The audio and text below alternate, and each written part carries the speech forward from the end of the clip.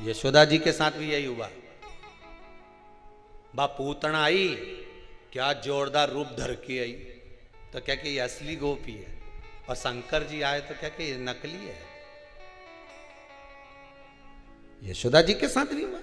पूतना आई और आते से ही बोली, यशोदा रानी मैं ब्रज की गोपी हूं, मुझे ब्रज की गोपी हूं, मैं पूतना, मैं ब्रज की गोपी, थोड़ा सा कुछ लेने के लिए आई हूं, बधाई दे दो। और यशोदा जी ने तुरंत अपने लाला को गोदी में दे दिया पूतना की, ले बहन इसको संभाल, मैं तेरे लिए बधाई लेकर आती हूं।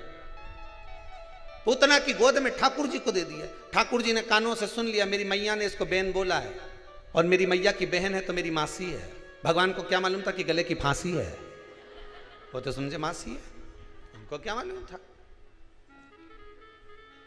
बहन कह दिया। पूतना आई, बालक गोदी में दे दिया, और भगवान शंकर आए तो नीदू, ये कहीं का बाबा लग रहा है, जरूर मुझे तो लगे कि ये कहीं का असुर है, ये तोक के ले जाएगा भगवान के। अब जो आई थी वो राक्षसी थी, ये आए हैं तो देव अधिदेव मां देव।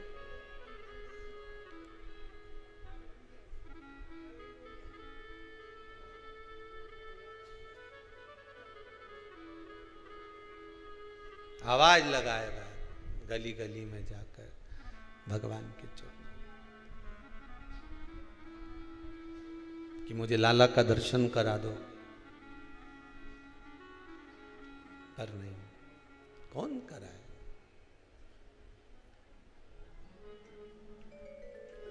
एक बार तो मुझे ठाकुर का दर्शन करा दो, पर यशोदा जी कहती हैं ये नकली है। दृष्टि असली होना चाहिए, घी भी समझ में आ जाएगा कि नकली है कि असली है, सोना भी समझ में आ जाएगा कि असली है कि नकली है, चांदी भी समझ में आ जाएगी कि असली है कि नकली है, रुपया भी समझ में आ जाएगा कि असली है कि नकली है। दृष्टि असली होगी, सब कुछ समझ में आ जाएगा, भले वो कितना भी नकली हो। पर हमने आज के इस घोर कलयुग में अपनी दृष्टि को नकली बना लिया, तो जो असली है वो नकली नजर आता है, और नकली है वो असली नजर आता है।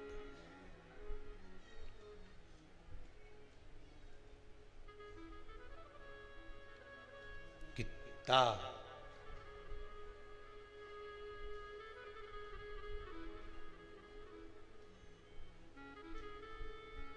फिर वही वाली बात आ गई,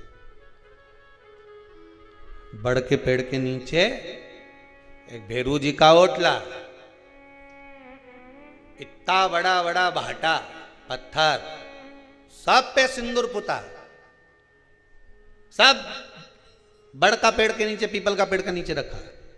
पढ़ा लिखा लड़का जा रहा था अपना गांव पिताजी के साथ मोटरसाइकिल पे, उन्हें पिताजी से पूछ लिया ये क्या रखा है, वो तो आया था पढ़ के, ये भेरू जी का ओटला है। अच्छा, तो इतना सारा भाटा रखा, इतना सारा पत्थर रखा, सफेद सिंदूर पुता है, इसमें असली भेरू कौन सा है? तो पढ़ा लिखा छोरा ने जब पिताजी से प्रश्न किया, पिताजी कुछ बोल नहीं पाए, मुझे नहीं मालूम, तो थारा दादाजी से पूछना। गांव गया, दादाजी के प्रणाम किया, मन में प्रश्न था, पूछ लिया, इस ओटले पर इतना सारा भेरू रखा है, सब पे सिंदूर पुता है, इसमें असली भेरू कौन सा है? तो कि हमारा जमाना में 90 साल पहले बीच में जो इतना बड़ा भाटा धरी है नहीं, बस उसी पे लोग सिंदूर पोतते थे, उसी के माला पिनाते थे, उसी के चूरमा का भोग लगाते थे। और ये बाकी का इतना सारा भाटा रखा है, सब पे सिंदूर पुता है, तो कि लोग साथ में रुमाल नहीं लाते थे, सिंदूर पोतने के बाद एक भाटा उठाए नहीं तो पोंछ के पटक जाते थे, फिर एक भाटा उठाया न पोंछ के पटक गए, फिर भाटा उठाया न पोंछ के पटक गए। इतना भेरू इकट्ठा हो गया कि असली भेरू तो बेचारा बीच में ही रह जाए, सब पुता हुआ उन पे पोत पोत के चले जाए। अब असली कहीं छुपा है और नकली नकली इकट्ठा हो गया, ढेर नकली।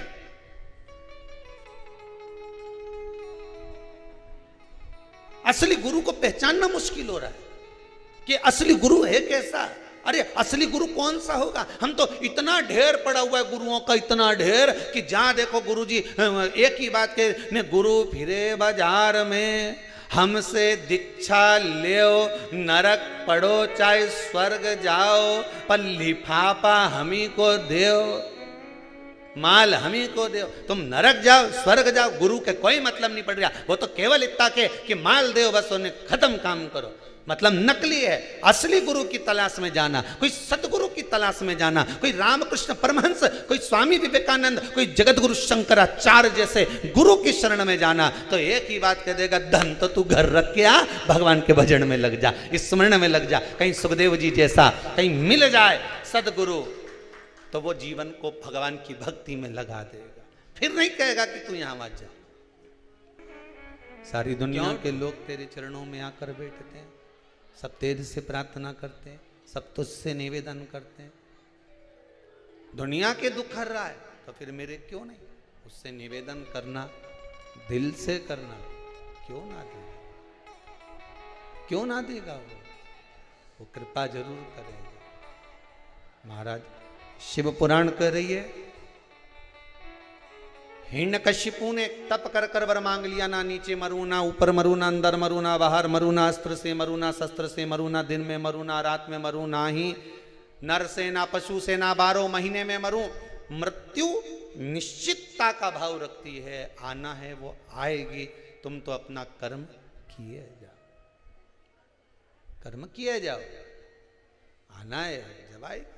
अपन मृत्यु का भान करें, रोज रोज यही बात सोच कर बैठ जाएं कि मेरे को मरना है, मालूम पड़े रोटी खाना ही छोड़ दिया, मरना है, मैं नहीं खाऊंगी, मरना है। कई लोगों के मन में बड़ा टेंशन है, बहुत चिंता, ये मत खाना, कुछ हो गया तो। कई लोग आते हैं, कहते हैं गुरुजी हमने जिंदगी में कभी कुछ नहीं खाया, उसके बाद भी ये कैंसर जैसी बीमारी हो गई। जरा जाकर हॉस्पिटल में देखो कैंसर का। ना वो गुटखा खाए, ना वो मदिरा का पान करे, ना कभी उसने पान खाया, ना कभी उसने तंबाकू खाया, इसके बाद भी बीमारी हो गई। पूछा गया कि फिर इसको बीमारी कैसे हो गई, फिर इसको रोग कैसे हो गया, रोग का कारण क्या है, क्यों हुआ, किस लिए हुआ, क्या कारण था जो इसको मनुष्य शरीर में रोग हुआ, क्या हो गया था? शिव महापुराण कहती है, गरुण पुराण कहती है, स्कंद पुराण कहती है, ये आज का रोग नहीं है, ये पुराना है। जब पूर्व में किसी के घात दी होगी, किसी के हृदय को चोट दी होगी, कोई ऐसा प्रहार कर दिया होगा, किसी के विश्वास को, भरोसे को, दृढ़ता को कहीं किसी न किसी रूप में किसी के धन को खाकर दिया नहीं होगा, तो वो इस शरीर में आकर चुकाना पड़ता है। कहीं पाँव, कहीं हाथ, कहीं ये काम नहीं करे, कहीं ये काम नहीं करे, कहीं ये नहीं करे, कहीं मुंडा नहीं करे, कहीं ये मुख नहीं करे। क्यों, किस लिए? तुमने ना कोई गलत काम करा, ना तुमने कभी कोई गलत कृत्य किया, ना तुमने कभी गलत खाया, ना कोई गलत पिया, इसके बाद ये बीमारी कैसे आ गई, इसको ऐसा रोग कैसे आ गया? ये तो कहीं जाए नहीं, आए नहीं, किसी से मिले नहीं, जुले नहीं, फिर रोग कैसे आ गया? उसका कारण है हमारा आज का नहीं। मत बुरे कर्म कर बंदे वरना पछताएगा, भगवान की आंखों से तू बच नहीं, तू बच नहीं। फिर वही वाली बात आ गई, तेरा क्या होगा रे कालिया। आई बीमारी, रोग आया, कष्ट आया, दुख आया, ये किसी दूसरे ने नहीं दिया। तुम भगवान को दोष मत देना कि भगवान तूने क्या कर दिया। युद्ध के मैदान में जिस समय पर राम भगवान का युद्ध रावण से चल रहा था, आप सबने रामायण देखी है? अरे बोलो तो जम के, देखी है नहीं? जिस समय युद्ध के मैदान में रावण से युद्ध चल रहा था, जितने युद्ध के मैदान में जितने भी लड़ने के लिए राक्षस आ रहे थे वो राम जी को देखकर भगवान विष्णु का दर्शन कर रहे थे। केवल एक रावण अकेला था जो भगवान राम को केवल राम मान रहा था, उसने भगवान विष्णु का दर्शन नहीं कर पाया। उसने केवल राम माना, एक सांसारिक मनुष्य माना। पर जितने युद्ध करने रावण के साथ आए वो सब देख रहे हैं भगवान है, भगवान है, भगवान है, भगवान है। सब पांव पड़े। युद्ध करने से पहले ध्यान राम जी की ओर है, बाण छोड़ने से पहले, प्रहार करने से पहले ध्यान राम जी की ओर है, क्योंकि उनकी चित्त वृत्ति में भगवान का दर्शन हो रहा था। रावण के भीतर इतना अहंकार भरा हुआ था, इतना काम भरा हुआ था, इतनी आसक्ति भरी हुई थी, इतनी तृष्णा भरी हुई थी कि भगवान सामने खड़े थे तो भी नहीं पहचान पा रहा था कि ये भगवान है। तो भी उनको लग रहा था इंसान, तो भी नहीं पहचान।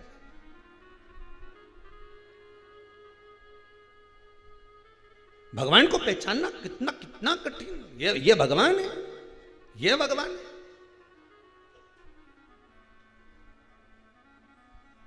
अरे कई लोग तो कह भी देते हैं बात बात में, ज्ञान देने वाले बहुत मिलते हैं रे राम जी, तुमको भी मिले होंगे और तुम्हें नहीं मिले होंगे ना तो तुम्हारे छोरा छोरी उनके मिला होगा। ये हिंदू तो भाई पगला जैसा काम करे, मूर्ति की पूजन करे है? हम देखो कहीं नहीं करे, कोई मूर्ति नहीं, हम तो ध्यान लगाएं, हम तो ये करें। और या हिंदू का लोग बस योर वाला महाराज का किरणा में शंकर जी के लोटा भर भर पानी छोड़े, पानी छोड़ा जाए। मूर्ति की पूजन, मूर्ति की पूजन, हाँ करे हिंदू मूर्ति की पूजन, हिंदू मूर्ति की पूजन करे तो क्या मूर्ति की पूजन करने से? हम तो कोई मूर्त नहीं, हम तो ध्यान कर ले, हमारे सामने कोई मूर्ति नहीं, हम तो ध्यान करें। तो एक काम कर, भी शादी काहे के करे? शादी में शादी मत कर, शादी का ध्यान कर ले। मेरी घरवाली आई, अंदर गई, आटा उसना, रोटी बनाई, मैंने खाई, उन्हें बर्तन मांज के धर दिया। शादी मत करना, ध्यान कर ले। हिंदू मूर्ति की पूजन करे तो विरोध करें, ये हिंदू मूर्ति की पूजन करे। हिंदू मूर्ति की पूजन इसलिए करे कि शादी करो तो स्त्री का होना जरूरी है, केवल ध्यान से स्त्री काम नहीं करे। दादा आई थी, पहुंच गई थी, रोटी बना ली थी, खाना बना के मेरे को खिला गई, फिर शादी काहे को करे? शादी करने के लिए स्त्री चाहिए। उसी तरह हिंदू को भगवान की भक्ति करने के लिए मूर्ति चाहिए, मूर्त सामने होना चाहिए। तुम्हारा कहना से चल जाए। हम मूर्ति की पूजन नहीं करते, हिंदू करता है मूर्ति की पूजन। ध्यान करने से कपड़ा नहीं धुल जाए, कपड़ा या बाजू में धर दो, ध्यान कर ले। हमारी घरवाड़ी आ रही है, कपड़ा धो रही है, बर्तन मांज रही है, ओए धुले। अरे बोलो तो, जब वो सामने ही नहीं तो कहां से धुल जाएगा? अरे बोलो तो सही। बातों मायका में बैठी और तुम बाथरूम में रख के बैठे। आलोट के आजा बिमला मने थारिया, सारा कपड़ा पड़ा मेरा,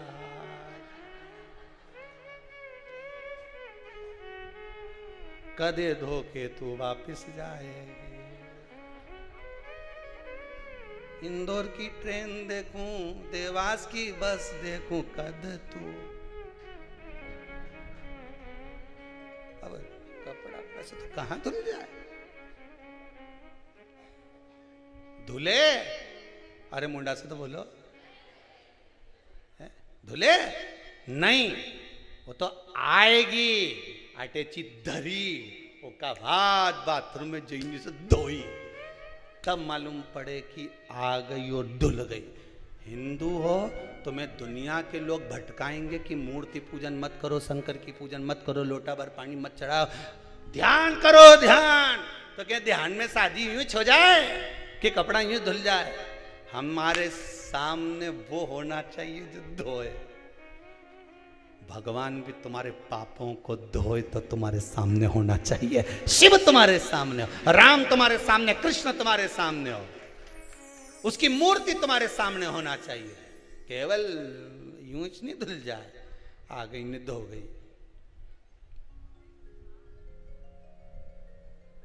धुले सो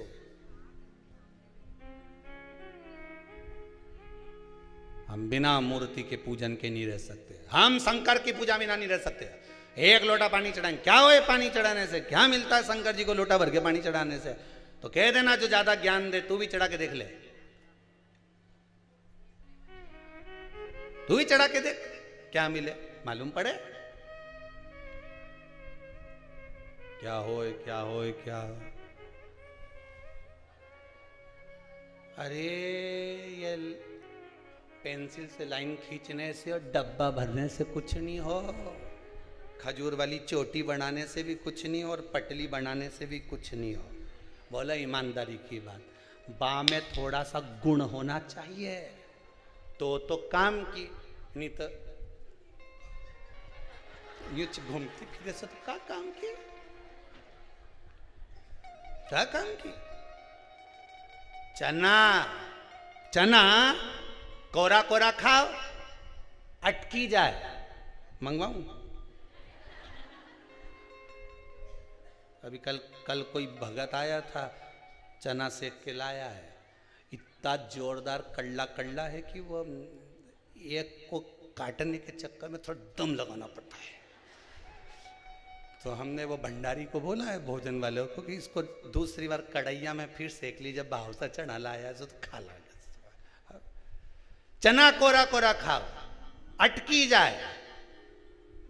अब वो आशीष बोला कि गुरुजी ये तो बहुत कड़ला है, अटक रहा है। हमने कहा कोई बात नहीं, एक काम करो, डब्बा में से गुड़ निकाल के लाओ। अब गुड़ के साथ चना खाया तो अटके ही नहीं, तुरंत नीचे। उसी तरह केवल लाली लिपस्टिक लगाने से या ये पटली पटली लगाने से काम नहीं चले। चना खाली अच्छा नहीं लगे, अटक जाए, गुड़ होना चाहिए। समझ गए? जब गुड़ होगा फिर तो ये सो मजा आए कि पिन भी नहीं लगाए तो जोरदार सिर पर पल्लू लगे सो चला जा। गुड़ होगा तो श्रेष्ठता बनेगी, अकेला चना तो अटके। फैशन किसी काम का नहीं अगर गुण नहीं है तो। सेवा करे माता पिता की, सम्मान करे, वाणी से मोती झड़े तो मतलब का, नहीं तो मालूम पड़े दिखने की तो जोरदार नहीं, जो झड़वा पड़ी तुम मुझे समझो। कई मोबाइल पे झगड़ ले, कहाँ हो, पापड़ा का पसीना छूट जाए, गाड़ी पे आधा घंटा लेट हो गया, किनंग रह गया, कहाँ रह गए, आधा घंटा लेट। अब बेचारा भेरू के बस ट्रैफिक में फंसा।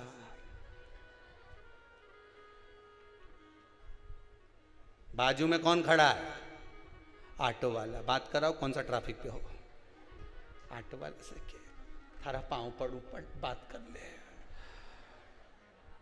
तो ऑटो वाले से झड़के बोले, पहचाने मारे? ऑटो वाला बोले, वो जी रेंदे दादा, कई करूं थारे पहचान के, क्या करें। गुण होना चाहिए। क्या होना चाहिए? अकेला चना तो अटक जाएगा, केवल दिखावे का फैशन होगा तो अटक जाएगा, केवल दिखावे की भक्ति करोगे तो अटक जाएगा। भगवान दिखावे से कभी प्रसन्न नहीं हुआ। मेरा शंभू को दिखावा चाहिए ही नहीं। शंकर जी के मंदिर में कौन सा दिखावा दे? किसी सारे मंदिरों में जाकर देखना, चांदी की थाली में 56 भोग लगे, नहीं ये भोग लगे ना वो भोग लगे। कभी तुमने सुना शंकर जी के मंदिर में 56 भोग लगा? शंकर जी बोले हमारे 56 भोग की जरूरत ही नहीं, एक ही ला दे, वो कांटा वाला धतूरा, बस फिर देख मारा कमाल। एक धतूरा ला के मेरे को धर दे, एक के बाद। और मुझे जो भोग लगे वो दुनिया नहीं खा सकती, और दुनिया जो खाए वो मैं नहीं खा सकता। शंकर जी बोले ये 56 भोग तुम खाओ, मुझे नहीं चाहिए। मेरा जो भोग है वो ला के दो, मुझे धतूरा ला दो, घोटा ला दो, बेलपत्री ला दो, समी पत्ता ला दो। जो मुझे चढ़े वो लाओ ना, जो मैं खाऊं वो लाओ, जाओ। नहीं चाहिए मुझे फालतू का सामान। कहाँ से लाऊं चंदा, कहाँ से लाऊं सूरज, कहाँ से लाऊं तारे, आकाश जड़े रे। ओ भोले तेरी सेवा हमसे ना बनी रे। ओ भोले तेरी सेवा हमसे ना बनी रे। कहाँ से लाऊं लड्डू, कहाँ से लाऊं पेड़ा, कहाँ से लाऊं बर्फी, वो शक्कर चढ़ी रे। ओ भोले तेरी सेवा हमसे ना बनी रे। ओ भोले तेरी सेवा हमसे ना बनी रे। कहाँ से लाऊं गंगा, कहाँ से लाऊं यमुना, कहाँ से लाऊं सरयू, अयोध्या पड़ी रे। ओ भोले तेरी सेवा हमसे ना बनी रे। कहाँ से लाएं हम तुझे कैसे रिझाएं, हम तुझे क्या लाएं।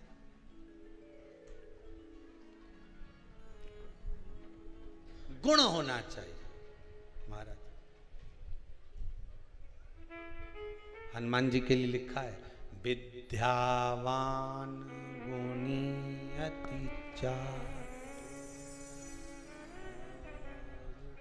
राम काज करिवे को आतुर, प्रभु चरित सुनवे को रसिया, राम लखन सीता मन वसिया।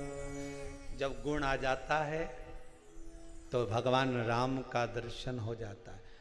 अष्ट सिद्धि नव निधि के दाता हैं हनुमान जी महाराज। लिखा है, अष्ट सिद्धि नव निधि के दाता असबर दीन, राम रसायन सदा रहो। अब विचार करिए, जिनके पास में अष्ट सिद्धियां नव निधियां हो, सब कुछ है, उसके बाद भी हनुमान जी की स्तुति कर रही है।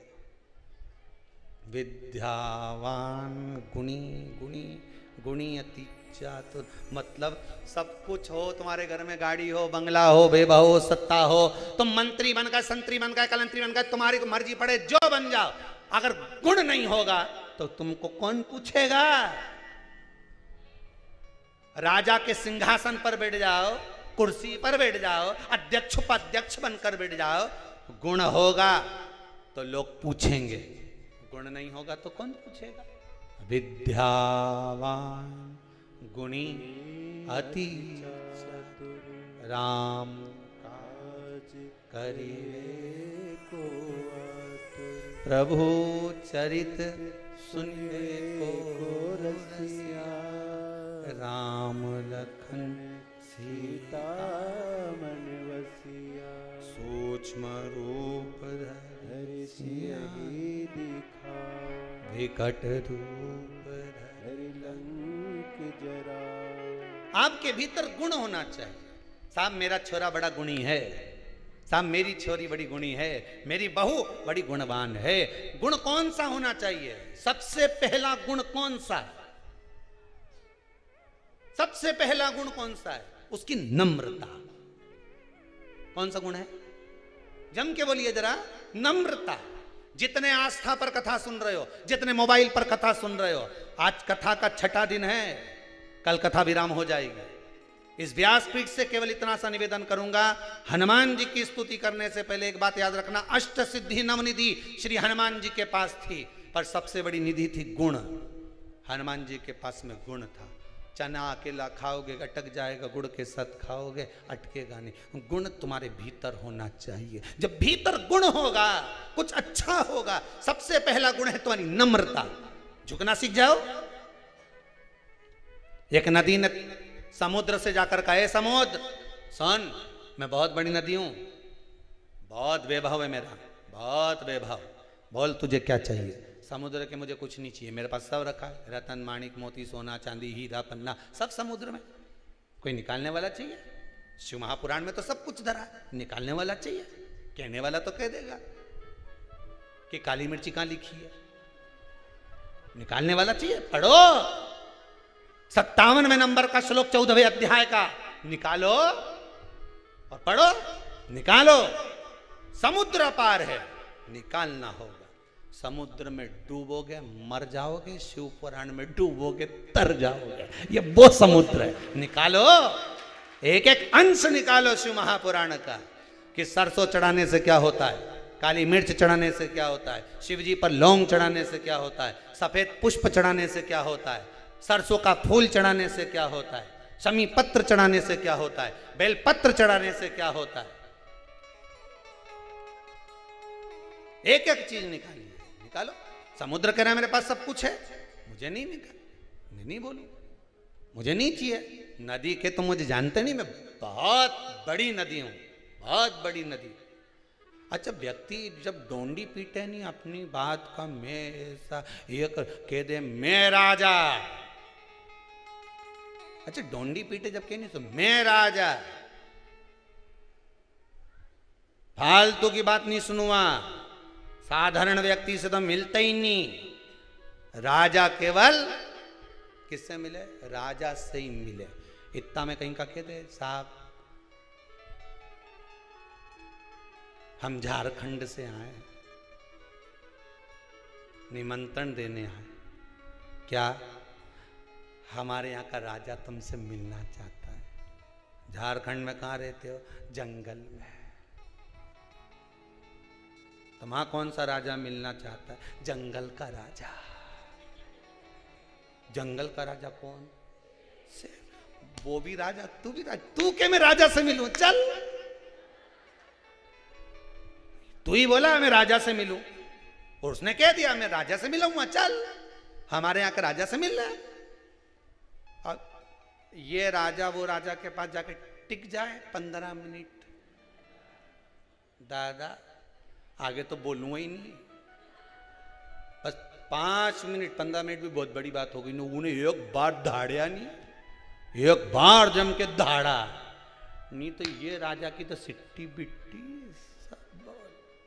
अब कहने वाला तो कुछ भी, बड़ी बड़ी बात करने वाले अपनी अपनी बड़ी बड़ी बात कर देते, खूब बड़ी बड़ी बात करे साहब। ऐसा हमारा मकान, हमारी बिल्डिंग ऐसी जोरदार, देखो तो सरी क्या जोरदार हमारी बिल्डिंग, हमारा मकान इतना बड़ा, इतना जोरदार, इतना जोरदार। और एक दिन चींटी आकर के दे, तुम्हारा मकान में तो मैं खूब घूम के देख ली, मेरे मकान में घुस के बता। चींटी बोल रहे, जो ज्यादा बड़ी बड़ी बात करे नहीं तो इनके छोटा ही व्यक्ति सही करे। चींटी बोल रहे कि तुम्हारा मकान में तो मैं दिन भर घूमूं, तू मेरे मकान में घूम के बता, अगर दमदार है तो घुस। बस चींटी का मकान में घुस के बता।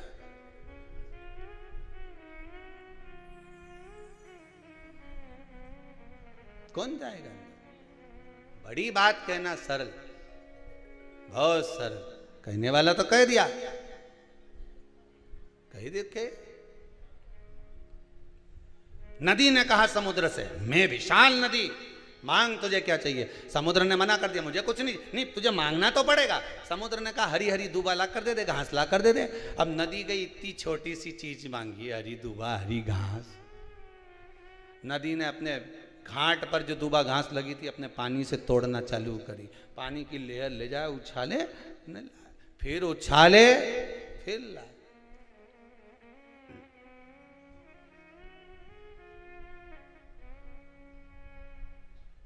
फिर उछाले, फिर ला।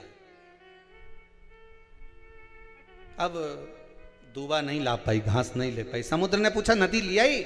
नदी बोली कि और कुछ मांग ले,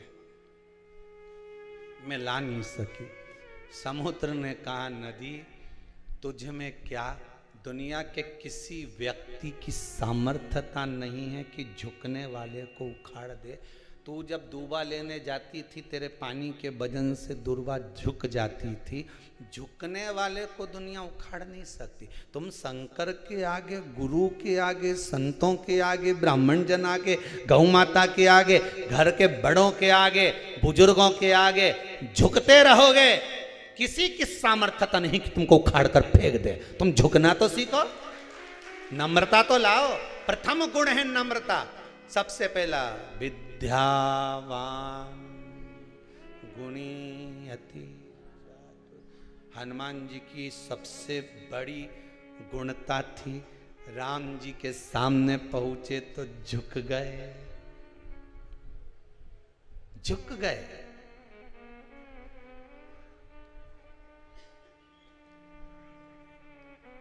मेरे हनुमान ब्राह्मण का रूप रख कर गए थे सबसे पहले। जब सुग्रीव के दरवाजे पर राम जी पहुंच रहे थे, ब्राह्मण का रूप रख कर गए और राम जी के सामने झुक गए। राम क्षत्रिय है, हनुमान ब्राह्मण बनकर गए। दुनिया के लोगों ने कहा बताओ ब्राह्मण होकर क्षत्रिय के आगे झुक रहा है? नहीं नहीं नहीं नहीं, झुकना गुणवान की निशानी है। जो गुणी होगा विद्यावान गुणी। अब यहीं देख लो, रावण में कहीं का गुण था?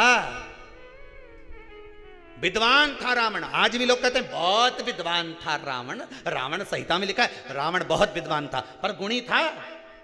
अगर गुणी होता, झुकना सीख जाता, तो राम जी के चरणों में जाते इसी दंडवत कर लेता, प्रणाम कर लेता, साष्टांग कर लेता और झुक कर कहता प्रभु गलती हो गई, क्षमा चाहता हूं, बहुत बड़ी गलती हो गई प्रभु, नाथ मुझे क्षमा कर दो।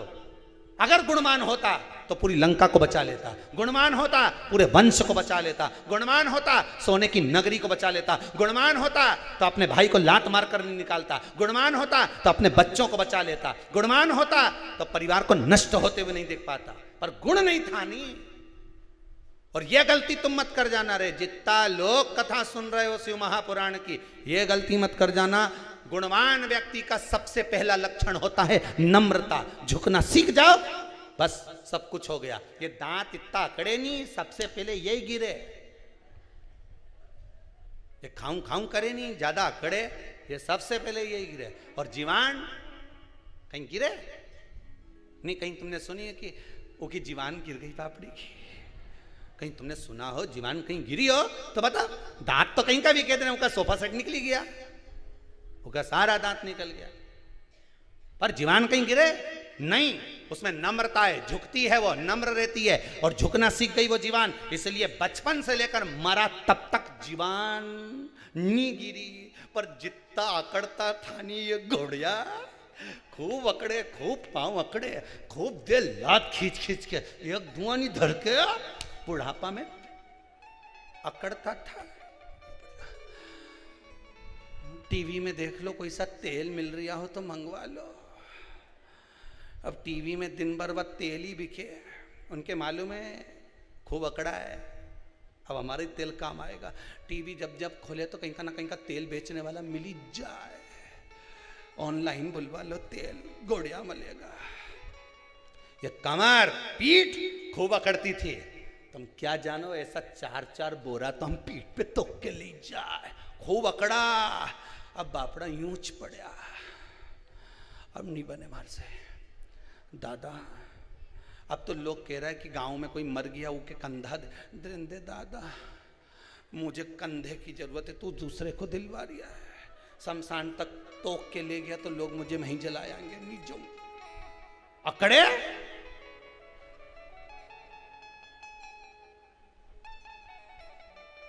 कितना अकड़ोगा? झुकना जीते की पहचान है, अकड़ना मुर्दे की शान है। क्यों अकड़ो? कौन ने कहा अकड़ो? बहुवन कह दे मम्मी तुम चुप रहो, मारा मामला में मत बोल जो। माँ भी कह दे अकड़ ले जा, तुझे तो थारी औलाद ही झुकाएगी, अकड़ ले। और बाद में जब छोरा होने ऐसा ऐसा ज्ञान देनी, तो फिर इतना ज्ञान दे बेटा होन, तब माँ बोले फिर हमारी सारी अकड़ धरी की धरी रह गई, सब पड़ी। क्या करे अकड़ का? जिस पेड़ में आंवला लगे उसकी डाली झुक जाए, जिसमें संतरा लगे उसकी डाली झुक जाए, केरी लगे तो डाली झुक जाए। फलदार वृक्ष झुकता है, जी में फल ही नहीं रहे, वो नीलगिरी का पेड़ यूं खड़ा। फिर जो हवा चली पटक दिया नीचे। अकड़ना नहीं। ये बहुत सारा ये जो सेकंड लेयर में गया ही नहीं, कोरोना की सेकंड लेयर में, अकड़ में ही गया। क्या होगा हमारे फालतू की बात के, वो तो टीवी में जबरदस्ती डराता फिरे हुए कि मुंह पे मास्क लगाओ ने, हाथ से सैनिटाइज करो ने, दूरी बना के चलो। आधा तो अकड़ में चले गया। दुकान बंद नहीं करी के, दुकान बंद कर दो, मत माल बेचो, नहीं तो तुम्हारा माल निकली जाएगा। पर नहीं माना, अकड़ में रह गया, और अकड़ में रह गया चले गया। अकड़ नहीं करता तो बात दूसरी पर अकड़ा।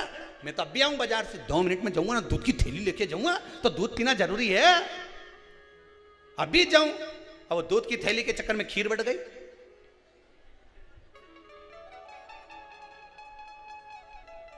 और क्यों किसी और वाला महाराज तो आड़ी तड़ी कथा बाचे। आधा अकड़ में चले गया। क्यों गए अकड़ में? मैं जाऊं, मैं हूं नहीं, मैं चौराहे पे खड़ा हूं, मैं सब काम करवा रहा हूँ, मैं ये करूँगा, मैं वो करूँगा। और मालूम पड़े कहीं से ले आया और मालूम पड़े बीमार पड़ गया, और बेचारा पूरा घर के हिला के रख दिया। घर में कोई नहीं बचे, परेशान हो गए सारा घर का। अरे इंसान से तो गया नहीं गया, धन से भी चले गया, पूरा धो दिया। देखो हॉस्पिटल मैंने, डॉक्टर मैंने, बीमारी में कितना धन लगाए साहब। लोगों की दशा तो देखो, खाने तक का नहीं बचा है, इतना धोया, और तो भी इंसान नहीं बचा पाया, तो भी नहीं बचा। अकड़ में चले गया। मैं हूं, मैं कर लूंगा, मैं कर लूंगा, मैं कर लूंगा। अरे घर में बैठा रहता है, थोड़े दिन ये विचार कर लेता कि कहीं नहीं, मैं तो रामायण पढ़ूं, शिव पुराण महाराज बाचे तो मैं भी शिव पुराण पढ़ के देखूं, मैं भी पढ़ के देखूं शिव पुराण। पढ़ लेता है शिव पुराण। हिरण्यकशिपु का भाव, बस गुण होगा तो जीवन का आनंद होगा। हिरण्यकशिपु आया घर पर, देखा धर्म पत्नी नहीं है, कहां गई? इंद्र ले गए। इंद्र के यहाँ गए, पत्नी कहाँ है? नारद जी ले गए। नारद जी ने हिरण्यकशिपु की पत्नी के गर्भ में जो बालक था उसको गुणवान बना दिया था। सबसे पहला भाव दिया था कि झुकना, प्रणाम करना, नमन करना। सबको प्रणाम कर, कुछ नहीं जाएगा प्रणाम करने में, नमन करने में, झुकने में कुछ जाएगा? कुछ नहीं जाए। प्रणाम करके तो देखो।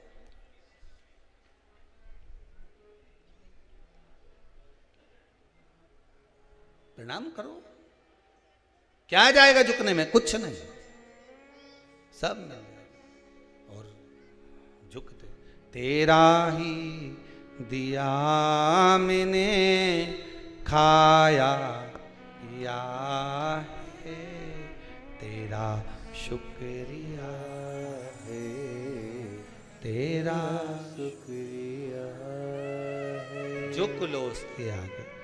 जब जब मेरे देवाधिदेव महादेव के यहाँ जाना, जब जब देवाधिदेव महादेव के यहाँ जाना, केवल दूर से प्रणाम नहीं, एक बार अपना मस्तक उसकी चौखट पर रख कर आना। इसकी रेखा हो सकता है टेढ़ी हो, तो उसकी रज लगकर सीधी हो जाए, उसकी रज लगकर, रज लगकर सीधी।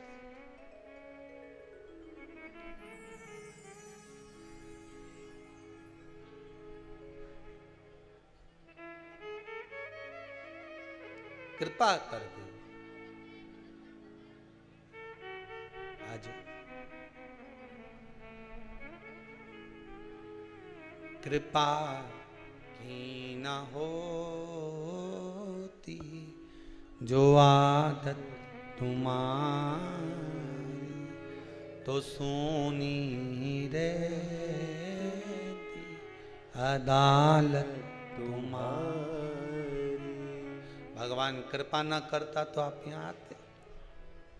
करुणा करे बिगर नहीं आ सकता कोई। एक बात याद रखिएगा, आस्था चैनल पर जितने कथा सुन रहे हो, जितने मोबाइल पर सुन रहे हो, जितने कुबेरेश्वर धाम में सुन रहे हो, जहां बैठकर कथा सुन रहे हो, बाबा कृपा करा है कुबेर भंडारी, इसलिए आपका मन शिव महापुराण में लगा है।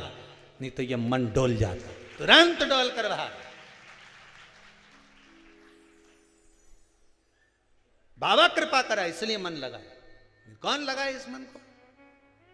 कितनी दूर दूर से लोग आए साहब, कोई यूपी से, कोई गुजरात से, कोई महाराष्ट्र से, कोई ना जाने कहाँ कहाँ कहाँ कहाँ से चले आए। सीवर वाला महाराज से मिलना, हम तो मिलते भी नहीं, आपको मालूम है, और यहाँ से कोई बेल बहूती का काम भी नहीं कि कहीं से यहाँ कोई बेल दी किसी ने, दी किसी ने, किसने भभूति दी? नहीं, ना भभूति दे ना बेल दे, ना यहाँ कोई चीज का काम। यहाँ तो बस आओ, शंकर कंकर एक बराबर, ना शंकर जी कहीं बैठा दिखा, हम तो सब दूर ढूंढ लिए, कुबेरेश्वर महादेव की नंगे दादा मिले ही नहीं। कंकर में शंकर, भूमि को नमन करा, हाथ जोड़ प्रणाम करा, बाबा से विनती कर दी झोली फैलाकर, तेरे भरोसे आई हूँ, मेरा काम है बाबा, बहुत आस लेकर आई हूँ। कहते हैं 3 महीने में तू वापस बुला लेता है, बाबा मेरी आस मत तोड़ना, बुला लेना। विश्वास लेकर टीवी के सामने बैठकर कथा सुन रही हूँ, मोबाइल पर कथा सुन रही हूँ, मेरी नौकरी, मेरा ये काम, मेरा वो काम, बाबा निभा लेना, बस निभा लेना। बहुत मांगा तू कृपा करे, और मांगा भी तो क्या मांगा, ध्यान दीजिए, मेरी मृत्यु नहीं हो, मौत क्यों ना होगी। आज हिरण्यकशिपु ने तप करा, साधना करी, मांग भी लिया, तो मांगना क्या था। अगर हिरण्यकशिपु में थोड़ा सा गुण होता तो ये पक्का है मृत्यु की जगह पर भगवान की भक्ति को मांग लेता कि मुझे भक्ति दे दो। फिर भी नारद जी को कृपा हुई, और नारद जी ने हिरण्यकशिपु की पत्नी को जो भक्ति का वर दिया, गर्भ से जो बालक हुआ उसका नाम प्रहलाद हुआ, उसका नाम प्रहलाद हुआ। और नाम प्रहलाद, प्रहलाद भगवान की भक्ति में डूब गए। समय आया, एक दिन हिरण्यकशिपु ने पूछ लिया, कहाँ है तेरा भगवान? सर्वस्व है। क्या खंबे में तेरा भगवान है? हाँ है। खंबे पर गदा का प्रहार करा, खंबा टूट कर नीचे गिरा, नरसिंह भगवान प्रकट हुए। ये सारी कथा तो श्रीमद् भागवत में भी है, पर नरसिंह भगवान के अवतार तक की कथा के बाद में भागवत जी में कथा नहीं। यहां वर्णन किया कि नरसिंह भगवान आकर हिरण्यकशिपु को मार दिए, पर क्रोध इतना नरसिंह भगवान का, इतना भगवान, सारे देवता हार गए कि इनका क्रोध कैसे समाप्त हो। क्रोध को समाप्त कैसे किया जाए? होता है किसी किसी व्यक्ति के जीवन में क्रोध बहुत होता है। आपको लगता है कहीं कहीं कि मेरे पितर मुझ पर क्रोध कर रहे हैं। आपको कभी कभी लगे कि मेरे ऊपर पितरों का पितृ दोष लगा हुआ है, या पितरों का श्राप लगा हुआ है, या हमारे यहाँ पर लोग अधोगति में ज़्यादा मर जाते हैं, हमारे यहाँ ये काम ज़्यादा हो जाता है। तो निवेदन है, श्राद्ध पक्ष चल रहा है, प्रयास करिएगा, एक चावल की कटोरी में, कटोरी के अंदर थोड़ा सा चावल रख लीजिए कच्चा, उस चावल की कटोरी में एक बेलपत्र, थोड़ी सी दुर्वा बांधकर, पानी का मटका, परिंडा, या जहां अपना रसोई घर में जल रखते हो, उस कटोरी को वहां पर 2 दिन 3 दिन तक रख दो। वैसे तो 16 दिन रखो ज़्यादा अच्छा था, पर जो दिन अपने को मालूम है 2-3 दिन उसको रख दीजिए। घी का दिया लगाइए। 3 दिन के बाद में उस दुर्वा को, उस बेलपत्र को शिव बाबा को ले जाकर समर्पित कर दो। चावल पूरे घर में घुमाने के बाद चिड़िया को, या नदी में, या किसी जीव को प्रदान कर दो। महाराज, पितृदोष के निवारण का सुंदर तरीका। कल आपको कथा में कहा था, अगर हम ब्राह्मण को भोजन नहीं करा पा रहे, गौ माता को भोजन नहीं दे पा रहे, स्वान को, कुत्ते को भोजन नहीं दे पा रहे, कौवे को भोजन नहीं दे पा रहे हैं, किसी कारणवश हम श्राद्ध नहीं कर पा रहे हैं, किसी कारणवश हम पूर्वजों को नहीं मना पा रहे हैं, ऐसा कोई घर नहीं जिसके घर के पितृ श्राद्ध पक्ष में पृथ्वी पर नहीं आते। तुम पूछो मत पूछो, तुम्हारे घर के पूर्वज तुम्हारे यहां जरूर आते। दरवाजे पर आकर खड़े होते हैं पितृ, दरवाजे पर आकर हमारे घर के पितृ खड़े होते हैं, स्मरण करते हैं कि हमको यहां से कुछ भाग प्राप्त होगा, कुछ मिल जाएगा, कुछ प्राप्ति हो जाएगी। सम्मुख में आकर खड़े होते हैं। एक पहले नैमिषारण्य में कथा सुनाई थी जटा और मठा की, आप लोगों को स्मरण होगा। दो भाई हैं सगे। जटा की पत्नी बड़ी तेज थी, उसने पूर्वजों का पूरा धन अपने पास में रख लिया। श्राद्ध पक्ष में जटा और मठा की कथा का स्मरण होना चाहिए, पितृदोष से मुक्ति होती है। जटा की पत्नी बड़ी तेज थी, अपने पूर्वजों का धन पूरा रख लिया। एक दिन जटा की पत्नी ने जटा से कहा, मठा की पत्नी बड़ी तेज थी और मठा की पत्नी ने सब कुछ अपने पास में रख लिया। एक दिन मठा की पत्नी ने अपने पति मठा से कहा, सुनो स्वामी, एक काम करो। मठा ने पूछा, क्या? अब तुम्हारे भाई का तो कोई रोल रहा नहीं है, सब कुछ अपने पास आ गया है, क्यों फालतू का खर्चा करते हो, उसको घर में रखते हो, अलग करो। मठा ने आज जटा को बुलाया, जटा सुनो, अब हम तुम्हारे साथ नहीं रहना चाहते, जाओ। वही वाली बात आ गई, देख लिया संसार हमने,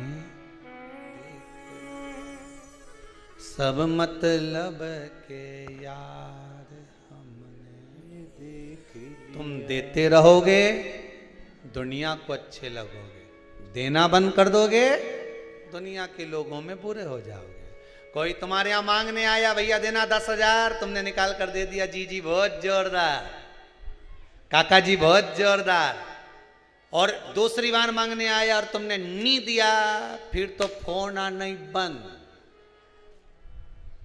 सब मतलब के यार हमने देख लिया, देख लिया, कौन पूछे। मठा ने हटा दिया जटा को, जटा चले गया। जटा ने कहा, भैया कुछ प्रॉपर्टी का हिस्सा तो दो। काय की प्रॉपर्टी? तूने माँ बाप की सेवा करी? भैया सेवा तो मैंने नहीं करी ना, कौन ने करी? दो भाई का हिस्सा तो होना चाहिए। नहीं दिया, धक्का मार कर निकाल दिया। एक बात अपनी जिंदगी में याद रखना, जमीन और जायदाद दुनिया के लोग, रिश्तेदार आपकी कब्जा कर कर रख सकते हैं, दुनिया के लोग आपका धन चुरा सकते हैं, दुनिया के लोग तुम्हारी दौलत चुरा सकते हैं, पर तुम्हारा भाग्य नहीं चुरा सकते। उस पर विश्वास रखना, उस पर विश्वास रखना, उस पर भरोसा रखना। ले ले जमीन, ले ले तो कितना लेगा, कितनी रजिस्ट्री कराएगा, कितना पैसा इकट्ठा करेगा, कर ले, ले जा। भाग्य ले जा सकता है, किस्मत ले जा सकता है? नहीं।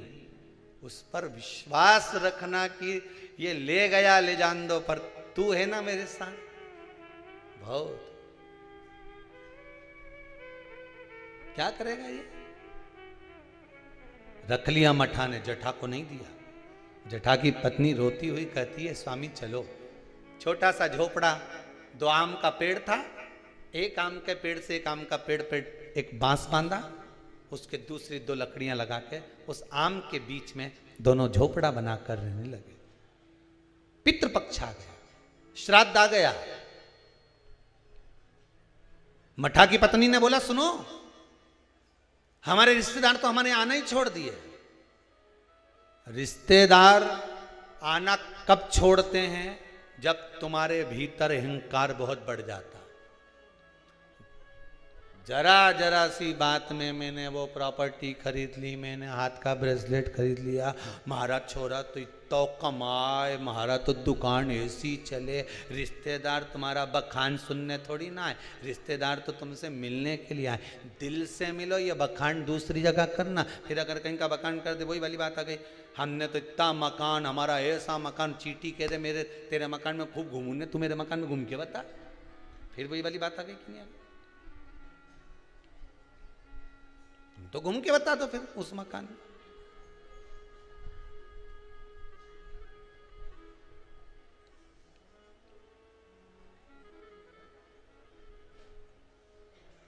घूमो जितना घूमो। अब मठा की पत्नी ने कहा अपने यहाँ रिश्तेदार नहीं आ रहे। अब इतना अपने जोरदार कलर करवाया मकान में, कितना जोरदार जोरदार फर्नीचर बनवाया, और कोई देखने नहीं आए तो काय का मतलब? एक काम करो, तुम्हारे पिताजी का श्राद्ध आ रहा है, तुम्हारे दादाजी का श्राद्ध आ रहा है, श्राद्ध पक्ष आ रहे हैं 16 दिन श्राद्ध के। एक दिन ऐसा कर लो, सारे रिश्तेदारों को बुला लो श्राद्ध में, पंडित जी के भी बुला लो। और सुनो, अपन श्राद्ध करते हैं, सारा रिश्तेदार आएगा तो अपना मकान देख के तो जाएगा। श्राद्ध करा, ठीक है, खीर बनवाई, पूड़ी बनवाई, सब बनवाया।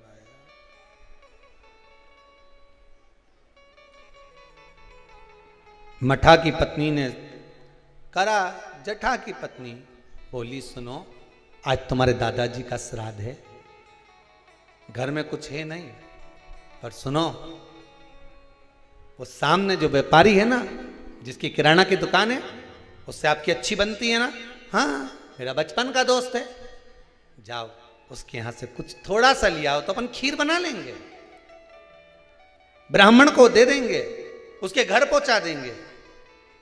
ब्राह्मण नहीं लेगा, नहीं आएगा तो गाय को दे देंगे, स्वान को दे देंगे। जाओ, वहां गया,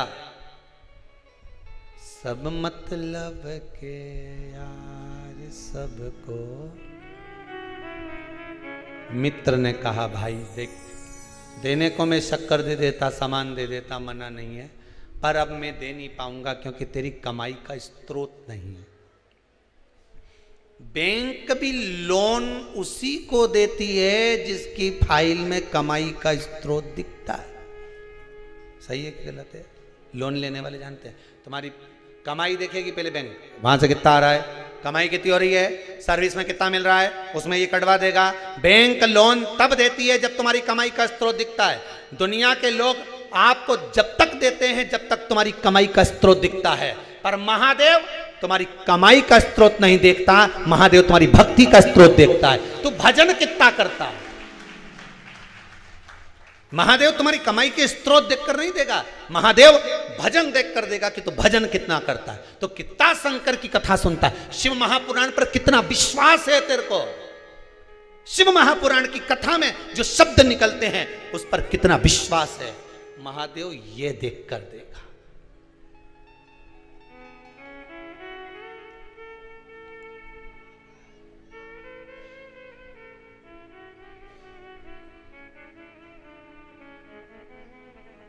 अब विश्वास, मित्र ने मना कर दिया, मैं नहीं दे सकता तुझको, भाई मत दे, पर इतना तो दे दे कि मैं कंडा जलाकर, गोबरी जलाकर, गाय का गोबर जो है सूखा हुआ उसको जलाकर थोड़ी सी घी शक्कर ही छोड़ लो। शक्कर नहीं दूंगा, महंगी है, इतना सा गुड़ दे दिया, इतना सा घी डाल के दे दिया, ले जा। कटोरी में घी और गुड़ लेकर आया। जठा की पत्नी ने कहा लाए कुछ खीर बनाना, खीर नहीं है, ये गुड़ शक्कर है, कोई गुड़ और घी है, कोई बात नहीं, मैं कंडा जलाकर धूप दे दूंगी, अभी घर में पोछा लगा लूँ, झाड़ू लगा लूँ, दरवाजा पे पानी छीट दूँ, थोड़ा सा चौक पोड़ दूँ, दरवाजा पे फूल रख दूँ, दरवाजा पे कर दिया। उधर पितृलोक से पित्र आए। सबसे पहले पित्र जो पुराना घर होता है वहीं जाते हैं, क्योंकि अंतिम संस्कार जिस घर से होता है पितृ सबसे पहले उसी स्थान पर पहुंचते हैं, जो पुराना मकान, भले वो किराए का क्यों ना हो, सबसे पहले पितृ वहां पहुंचते हैं। पितृलोक से पितर आए, दरवाजे पर पहुंच गए। जैसे ही सबसे पहले मठा के घर में गए तो क्या जाकर देखा कि वहां तो रिश्तेदार पूरी सब्जी खा रहे हैं।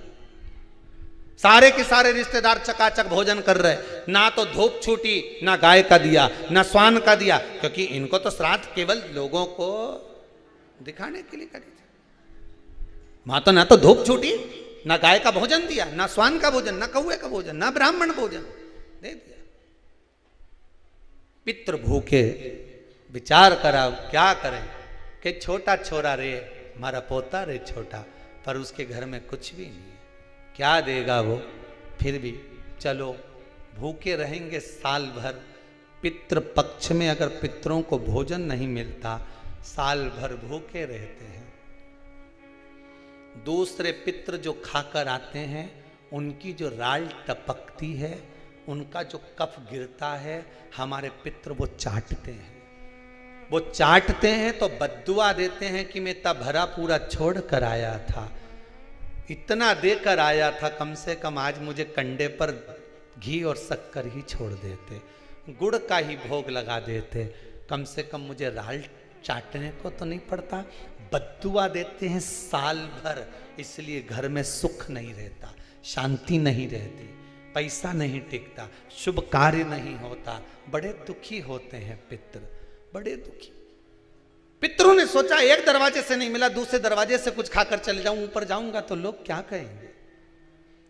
जठा के घर गया, पितर दरवाजे पर पहुंचे, जठा की पत्नी ने कंडा जलाया था, गोबरी जलाई थी, जलाई रखी दरवाजा के पास में, भगवान से प्रार्थना कर कर गुड़ और घी छोड़ दिया, गुड़ घी छोड़ा, पितर चले। 16 दिन तक पितर पृथ्वी पर भ्रमण करते हैं। 16वें दिन पितरों के देवता आर्यमा कौवे पर बैठ कर आते हैं। अमावस्या के दिन प्रदोष काल में शाम के समय आते हैं, पितरों को वापस बिठाते हैं, पितृलोक ले जाते हैं। जितने संसार के पितर हैं सब अमावस्या के दिन शाम के समय पितृलोक जाते हैं। इंतजार कर रहे थे पितर, आर्यमा आए, पितरों के देवता आर्यमा स्वामी आए, कौवे पर बैठ कर आए और हमें लेकर जाए। सारे पितरों से आर्यमा स्वामी ने कहा, जाओ तुमने 16 दिन भोजन करा है, अब जाकर घाट पर पानी पी लो। कोई नदी, कोई तालाब, कोई सरोवर, कोई कुंड, कहीं जाकर शाम के समय पानी पीने के लिए पितर जाने लगे। पितर जब पानी पिए, पानी पीते से पितरों ने सोचा एक दरवाजे से भोजन नहीं मिला, उसके यहां भोजन मिला जिसके यहां कुछ भी नहीं था। पितरों ने विचार करा, आर्यमा स्वामी को आने में देरी है, आज अमावस्या है, घर के लोग दीप लगाएं उससे पहले एक बार उसके घर हो आऊं जिस घर से दीपक आ रहा है, घाट पे लगने के लिए, नदी के तट पर, तालाब पर, सरोवर, कुएं पर दिया लगने शाम को आएगा, उससे पहले मैं उसके घर हो जाऊं। और पितर घर पर जाकर क्या देखे, बच्चे भूखे थे, माँ से भोजन मांग रहे थे, माँ 5 दिन से अन्न नहीं खाया, दे देना माँ। माँ कहती है नहीं है। माँ फिर कंडा जलाकर तूने ये घी और गुड़ कहाँ से ला कर दिया? बेटा पितरों के लिए लाई थी, मांग कर लाई थी, तुम्हारे लिए नहीं है। एक काम करो, मैंने हंडी रख दी है, एक बर्तन रख दिया, भगोनी रख दी, उसको प्लेट से ढक दिया, उसमें भोजन रखा है, मैं 2 दिन बाद दे दूंगी। बेटों ने जाकर देखा तो उसमें भोजन नहीं था। माँ तो रोज तो वो भगोना दिखाती है, पात्र दिखाती है और कहती है भोजन मिलेगा। 3 दिन हो गए माँ, 5 दिन हो गए, नहीं मिला माँ, और 2 दिन का बोलती है। कोई बात नहीं। पितर वापिस आए, दरवाजे से लौट कर वापिस घाट पर आए। घर का बेटा दिया जलाने के लिए आया नदी के तट पर। पितर आचमन कर रहे थे पानी का।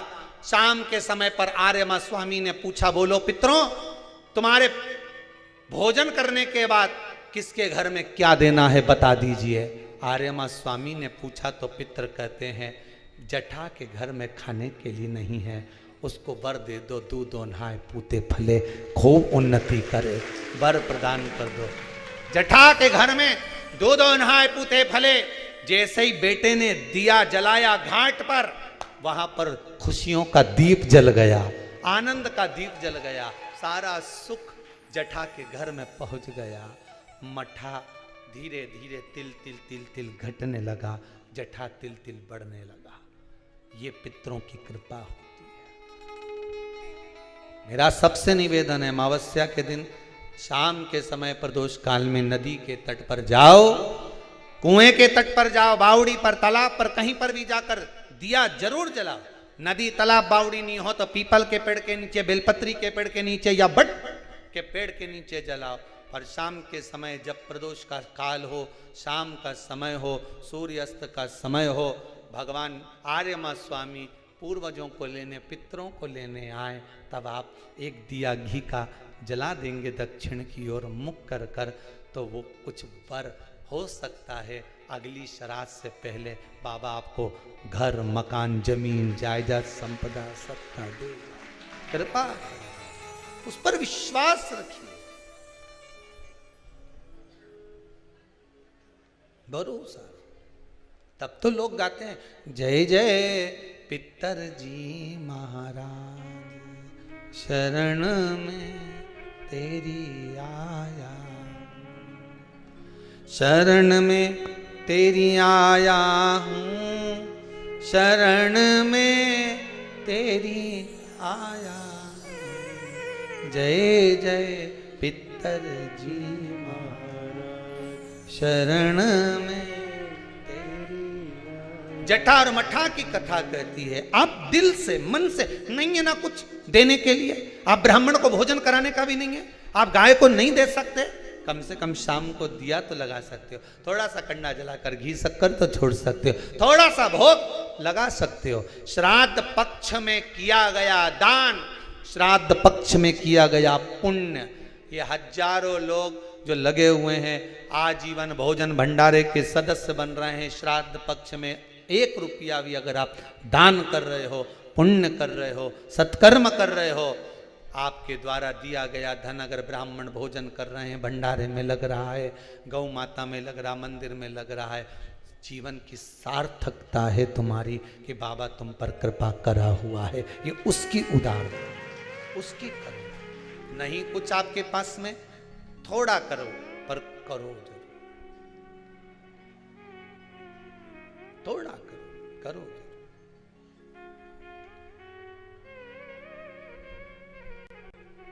शंकर भगवान श्राद्ध का भोजन करने गए थे। मेरे शंकर जी को बहुत शौक है श्राद्ध का भोजन करने का, बहुत। एक बार अयोध्या घूमने के लिए गए तो राम जी अपने पिताजी का श्राद्ध कर रहे थे। शंकर भगवान ने कहा, पार्वती, पार्वती जी बोली, बोलो प्रभु, भूख लग रही मेरे को। पार्वती जी बोली, तुम कभी भी पृथ्वी घूमने आते तो भूख तो कभी नहीं लगी, आज कहां से लग गई तुमको? शंकर भगवान बोले, मुझे तो भूख लग रही, चाहे कुछ भी हो जाए। पार्वती, चलो भोजन बना दूं, मैं घर पे खिलाऊंगी कैलाश पे। पार्वती, नहीं मैं तो यहीं खाऊंगा। शंकर भगवान बोले, पार्वती बोली, यहाँ कहाँ जाओगे? पार्वती, मैंने तेरे हाथ का भोजन तो खूब करा पर श्राद्ध का भोजन नहीं करा। पार्वती बोले, ये कहाँ का फैशन है कि श्राद्ध का भोजन करना है?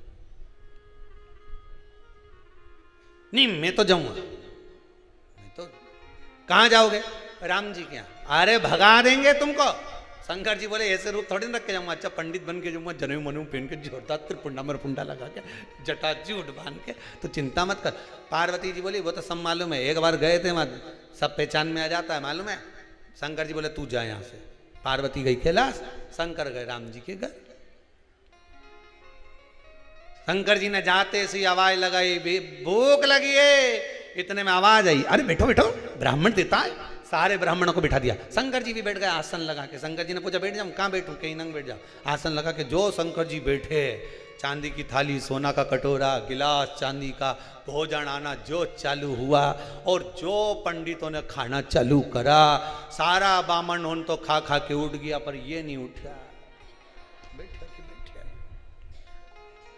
आंदो आंदो। सीता जी के पास में खबर पहुंची उर्मिला जी की। उर्मिला जी बोली, जी बोली, क्या हुआ? अरे सब उड़ गए, सब तो उड़ गए, एक बैठा है। अच्छा, तो तूने पानी की नहीं पूछी? भोजन के बाद पानी की पूछे? 4 बार पूछ ली महाराज, पानी लाऊं? तो क्या अभी भोजन ही चलने दो, पानी तो बाद में पी लेंगे। तो क्या पानी कब पियोगा? तो क्या एंड में पिएंगे। तो क्या अभी एंड नहीं हुआ, हम अभी तो क्या शुरुआत हुई है। आन दो, ले जा ले जा। बना बना के सीता जी थक गई। सारा केकई के पास खबर पहुंच गई। माता केकई ने पूछा, क्या हुआ सीता, क्या क्या है, तुम्हारे सिर पे पसीना आ रहा है? तुम्हारे ससुर का श्राद्ध और तुम्हारे सिर पे पसीना? श्राद्ध तो जाने दो दादा, वो अब एक बामन ना जाने कहां से है, उठ ही नहीं रिया है। सीता जी केकई बोली, नहीं उठ रिया का मतलब? सीता जी बोली, हमको तो लग रहा हमको उठा के उठेगा, तुम जाओ। केकई ने कहा, हम भी देख के आए जरा कहाँ का बामन है। सीता केकई ने देखा, ये तो अपने गांव का बामन है, उठ जाएगा थोड़ी देर में, जाओ भोजन करा, पूड़ी मुड़ी दो, जरा सब्जी वजी भजिया पकौड़ा खीर मीर सब दो। सब खिला दिया भगोने के, सब खाली पड़े, और बना लो। कि बनाने वाली डबल से लग गई और खा गए। खाए जा रहे 22 बार तो खीर बना ली बड़ा वाला भगोना में, मालपुआ रबड़ी तो सब खुट गई। अच्छा तो फिर भंडारा, भंडारा खाली हो गया, अयोध्या का कुछ नहीं बचा। बाजार से लिया कि बाजार भेज दिया हनुमान को लेने के लिए। हनुमान जी बाजार गए, सारा किराना का सामान लिया।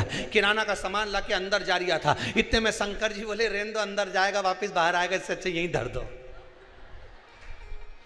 अब के सूखा की सूखा आटा निपटाते जा रहा है, सूखा की सूखा बेसन खा जा रहा है, क्या नुक्ति अंदर ही बन जाएगी, खान दो।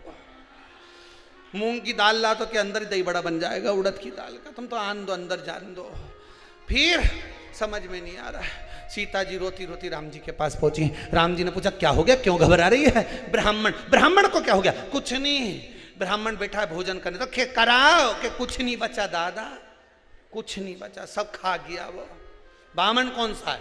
राम जी जो जाकर देखे, देखते सी राम जी ने कहा, वाह महादेव, गजब कर गया, आज तू आ गया, गजब, 16 श्राद्ध का भोजन करने और महादेव। राम जी ने कहा, सीता अब तू परोसने मत जाना, अब मत जाना परोसने। सीता जी बोली, नहीं जाऊंगी। फिर कौन जाएगा? सीता जी बोली, तो चिंता मत कर, अब भी आए।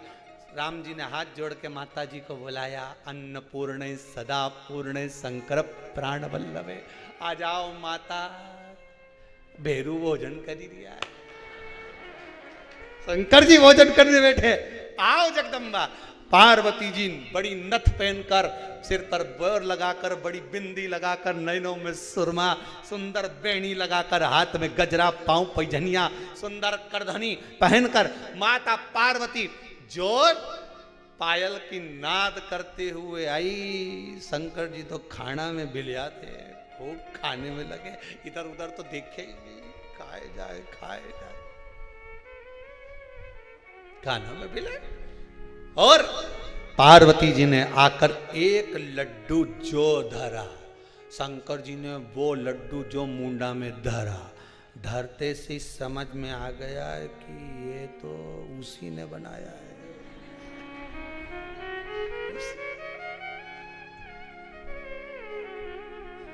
कभी कभी हो जाता है, एक पति ऑफिस से आया, कहीं प्रवचन में सुन के आ गया कि पत्नी जो भी बनाए उसकी तारीफ जरूर करना चाहिए।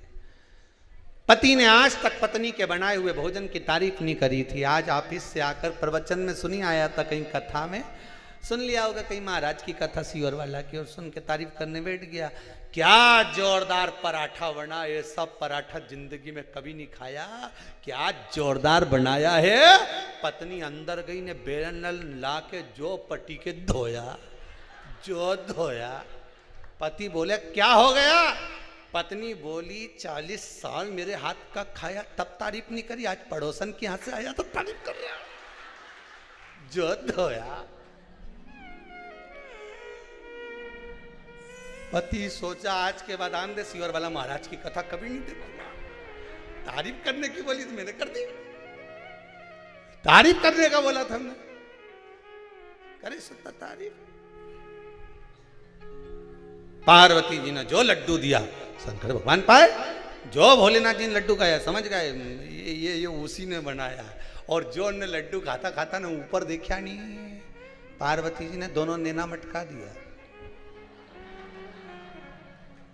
चलना है कि बैठना है?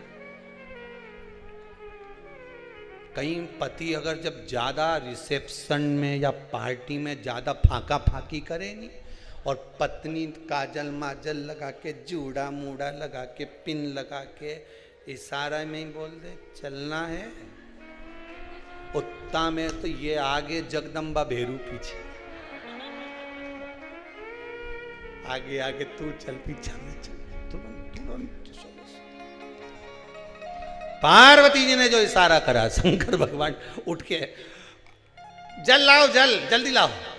सीता जी को इशारा करा पार्वती जी ने, अब लिया नहीं वापिस बैठ जाएगा। ये कोई साधारण नहीं है, ये भांग का खाया हुआ व्यक्ति कितना खाना खा जाए किसी के नहीं मालूम पड़े दादा। सही है, जो भांग भांग खाए नहीं वो उसके खाना रख दो सामने, खाए लाओ जल्दी वापिस बैठ जाएगा, इसका कोई ठिकाना नहीं। जल्दी लाओ पानी लाए। जो भोलानाथ जी के देना, भोलानाथ जी ने जो आचमन करा, आचमन करते से ही शंकर भगवान उठ के खड़े होके बोले अगला श्राद्ध जरूर आऊंगा। इतने में तो सीता जी बोली रहने दो दादा, तुम मत आना, तुम्हारे चक्कर में हमारा श्राद्ध हो जाएगा अगला श्राद्ध, तुम रहने दो, तुम मत आना, तुम मत आ जाना।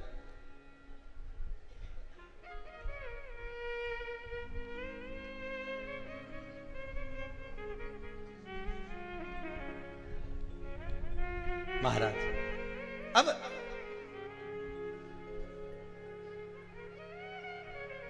बस भाव वही, देखी है जब से ये तस्वीर तेरी, तब से बदल गई है।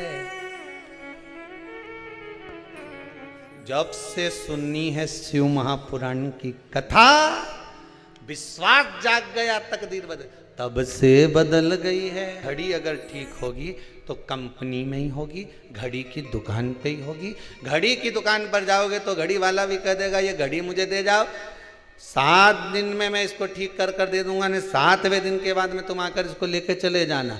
बस मनुष्य की भी जब घड़ी ठीक नहीं चले, उसे लगे कि अब मेरा समय ठीक नहीं चल रहा है, विपदा पे विपदा आ रही है, व्यापार नहीं चल रहा, काम नहीं चल रहा, बहुत टेंशन चल रहा है, परेशानी चल रही है, तो उसका नाम है कालों का काल, महाकाल।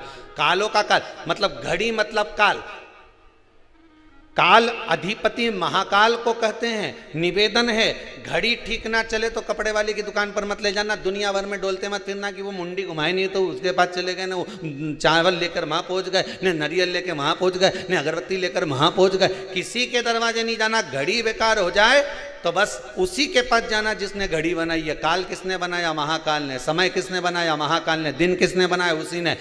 घड़ी, नक्षत्र, पल, समय सब शंकर का बनाया हुआ है, शिव महापुराण में लिखा हुआ है। एक एक चीज जितने बार बनाए, जितनी तिथि बनाई, जितने नक्षत्र बनाए, जितना समय बनाया, जितने ग्रह बनाए, सब शंकर ने बनाए। तो घड़ी उसने बनाई है तो सुधारेगा भी वही। इसलिए उसकी दुकान पर जाकर बैठ जाना कि अब मैं यहाँ आ गई हूँ, 7 दिन में ये घड़ी तुझको देके जा रही हूँ। यहाँ बोल कर जाना कि मैं तेरे दरबार पर आकर ये बोल कर जा रही हूँ कि मेरी घड़ी सुधार देना, ये समय बेकार चल रहा है, इस समय को निकाल देना और मैं तेरी हो जाऊं, बस इतनी कृपा कर देना। ये घड़ी बहुत बेकार चल रही है। आए दिन हमारा छोरा का एक्सीडेंट हो जाए, कहीं टेंशन आ जाए, कहीं लक्ष्मी नहीं आए, दुकान 4 दिन चले न 4 दिन नहीं चले, लड़के की नौकरी नहीं लग रही, सर्विस नहीं लग रही, कहीं ब्याह नहीं हो रहा, तो ये घड़ी बेकार चल रही है। इस घड़ी को सुधारने का प्रयास करो। बस वो घड़ी सुधर गई तो बस जीवन सुधर गया।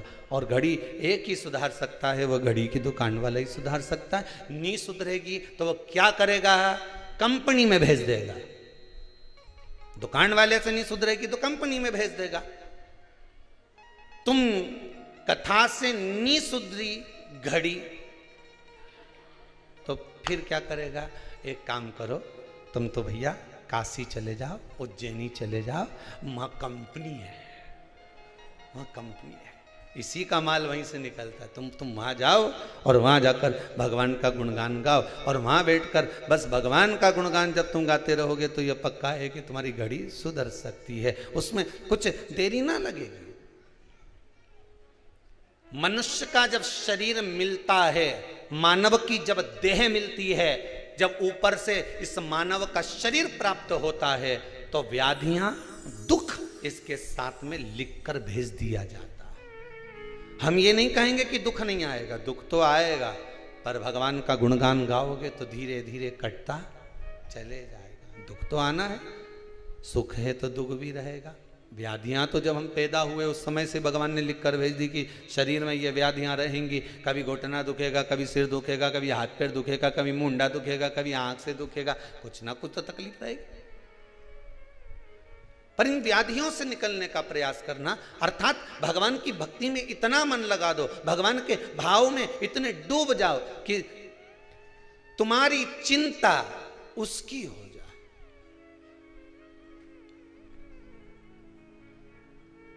तुम्हारी चिंता उसकी हो जाए। ये संसार सब व्यर्थ। देख लिया संसार हमने देख लिया, देख लिया संसार हमने देख लिया। सब मतलब के यार हमने देख लिया, सब मतलब के यार हमने देख लिया। ये सारा संसार मतलब का केवल जो मिल रहा है हमें लूटने वाला ही मिल रहा है। जिस दिन माता के गर्भ से जन्म लिया उस दिन से लूट रहे हो, उस दिन से लूटे जा रहे हो। सब कोई मिलकर हमारा समय लूटे जा रहे हैं और वो बर्बाद होते चले जा रहे हैं।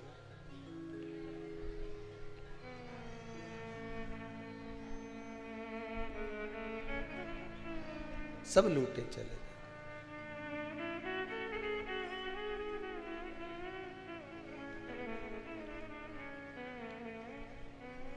संपूर्ण तन निरोग धन जेब में तब तक, तन निरोग धन जेब में तब तक, मन से सेवा करोगे जब तक, मानेगा परिवार हमने देख लिया, देख लिया संसार हमने देख लिया।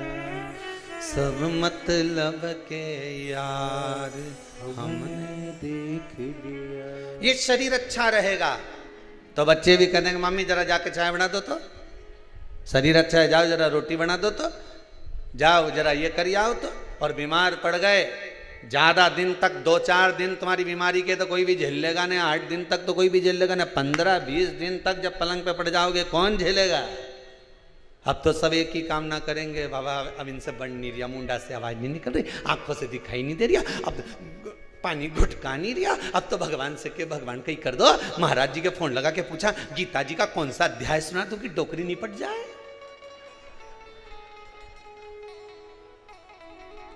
सब मतलब के यार हमने देख लिया। क्या करें, गीता जी का अध्याय सुना दिया, गजेंद्र मोक्ष की कथा सुना दी, गाय दान कर दी, ये दान कर दिया, वो दान कर दिया, इसके बाद भी प्राण नहीं छूटे। 4 बार तो नीचे सुला दिया गोबल्लीप के ने, वापिस डोकरी ठीक हो ही गई, सांस फिर चलने लगी, फिर ऊपर सुला उन्हें 2-4 महीना बाद फिर नीचे। ये समझ में नहीं आए अब इनका करें क्या, कौन करेगा। जब तक 8 दिन 15 दिन तो कोई भी तुम्हारी सेवा कर लेगा, इसके बाद कौन करेगा, कौन करने आएगा। शिव महापुराण की कथा कहती है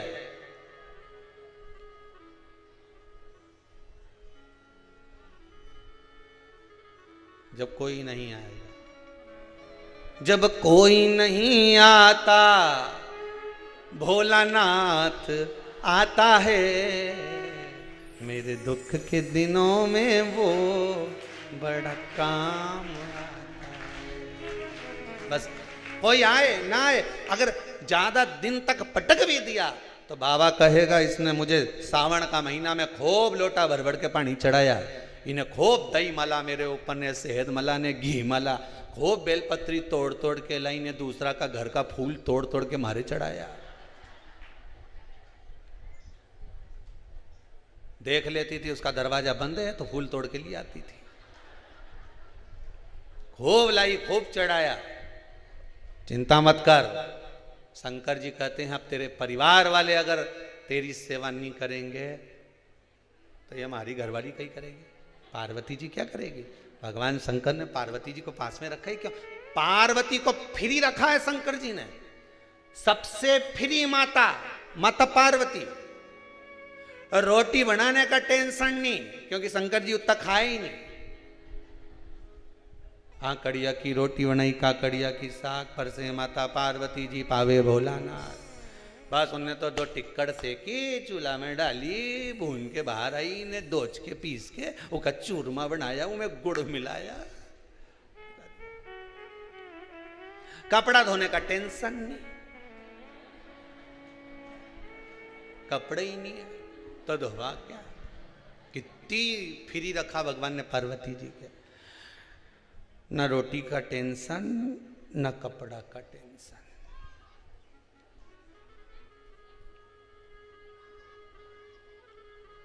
पार्वती जी को कहीं पानी भरने भी नहीं जाना, क्योंकि ऊपर से गंगा नित्य बह रही। क्या करना, बेबी टेंशन।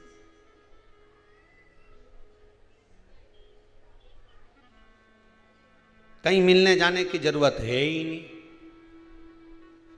कहाँ मिलने जाए, शमशान में बैठे हैं अपन, तो यहीं बैठे रहो, एक ना एक दिन तो मिलने यहीं आएगा। आज नहीं आया तो कल आएगा, तो मिलने भी नहीं। फ्री शंकर जी बोले मैंने पार्वती को फ्री रखा है। उसका कारण केवल इतना सा है कि जब जिंदगी में तुम मेरी सेवा करते करते थक जाओगे, जब ये शरीर तुम्हारा काम नहीं करेगा, तब मेरी पार्वती तुम्हारी सेवा करने के लिए दौड़ कर आ जाएगी। मेरी पार्वती, मेरी जगदम्ब जननी तुम्हारे पास आ जाएगी, तुम चिंता ना करिएगा।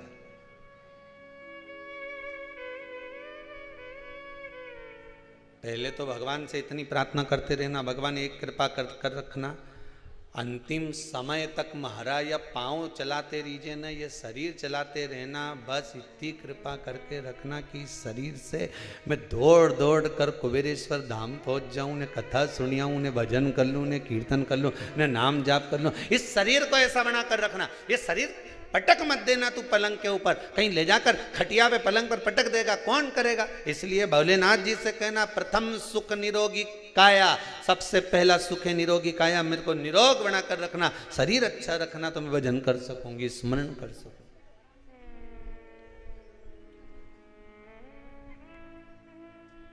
प्रथम सुख है निरोगी। महाराज जब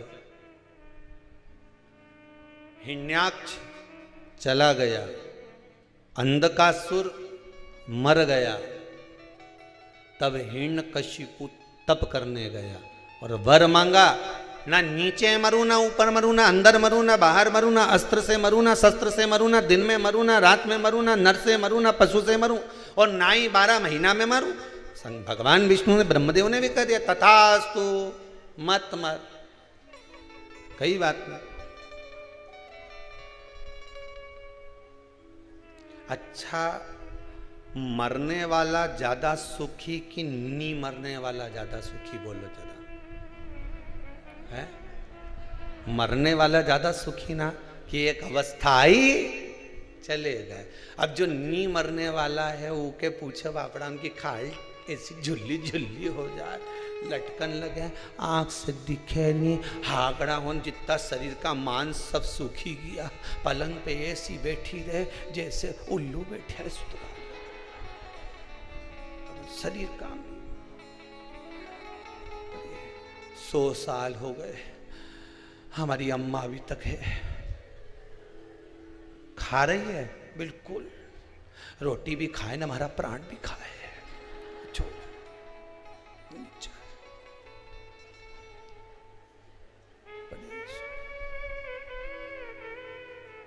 अब वो अम्मा के दिल से पूछो, वो रोज भगवान से प्रार्थना के मारे उठा ले, अब नहीं रहना चाहो, उठा ले मेरे को। भगवान के 2 वर थे, आयुष्मान भव और चिरंजीवी भव। तू हमेशा मांगती थी, लोगों से कहती थी, तो एक ही बात कहती थी, काकी जी हमारे आशीर्वाद दे आयुष्मान भव होने का। काकी जी ने आशीर्वाद दे दिया, आयुष्मान भव। उम्र बढ़ गई, शरीर वैसा की, केवल उम्र बड़ी है, शरीर नहीं। अगर तू आशीर्वाद मांगती चिरंजीवी भव, तो चिरंजीवी में यह होता कि जैसी आज है मरते समय तक ऐसी कैसी बनी रही जाए, ऐसी कैसी बनी रहना। हमें आयुष्मान होने का आशीर्वाद नहीं चाहिए, हमें चिरंजीवी भव होने का आशीर्वाद चाहिए कि हम चिरजीव जैसे आज हैं वैसे कि वैसे अंत समय तक रहें। हनुमान जी को चिरजीवी होने का वर दिया था, मार्कंडे बाबा को चिरजीवी होने का वर दिया था। हम जैसे वैसे जैसे आज है वैसे अंतिम समय, भगवान से प्रार्थना करो कि जैसा मैं आज हूं वैसा कि वैसे रहना चाहिए। हम अच्छा दिखे ना, हम परमात्मा से मांगे तो कुछ अच्छा मांगने का प्रयास करें ना, कुछ अच्छा ढूंढने का प्रयास करें। अरे भाई, शिव महापुराण की कथा कहती है घी नकली है, कहीं का कह दे ये सोना नकली है,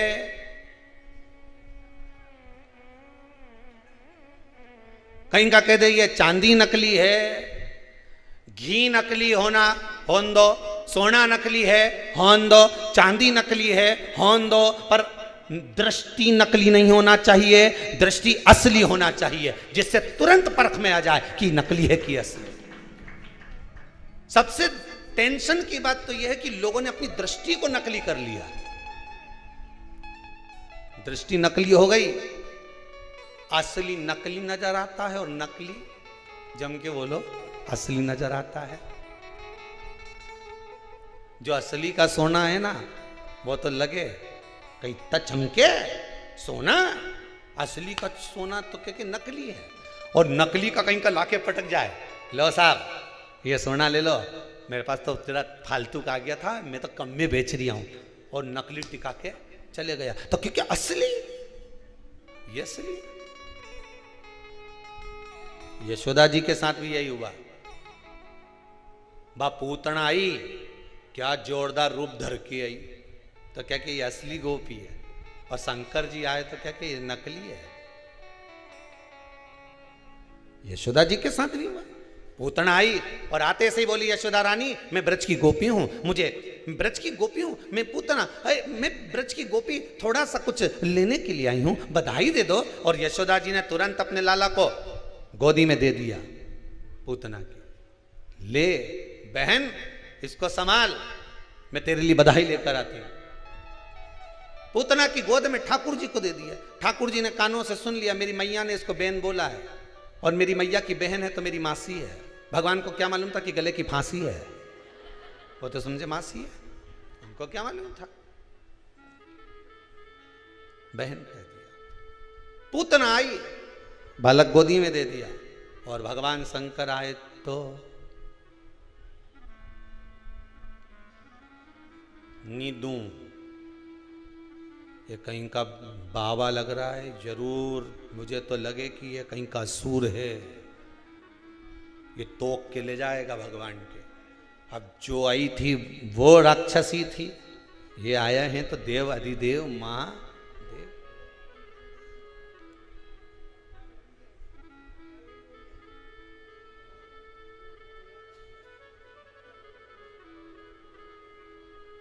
आवाज लगाए गली गली में जाकर भगवान के चरणों कि मुझे लाला का दर्शन करा दो, पर नहीं, कौन कराए।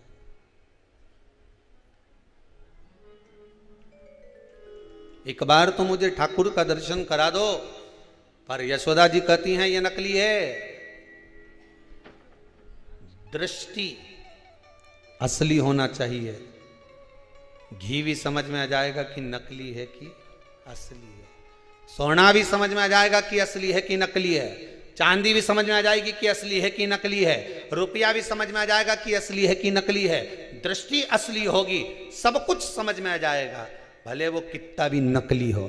पर हमने आज के इस घोर कलयुग में अपनी दृष्टि को नकली बना लिया, तो जो असली है वो नकली नजर आता है, और नकली है वो असली नजर आता।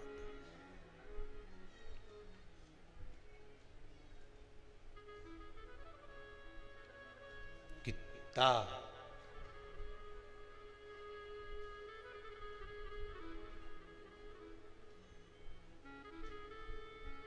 फिर वही भली बात आ गई।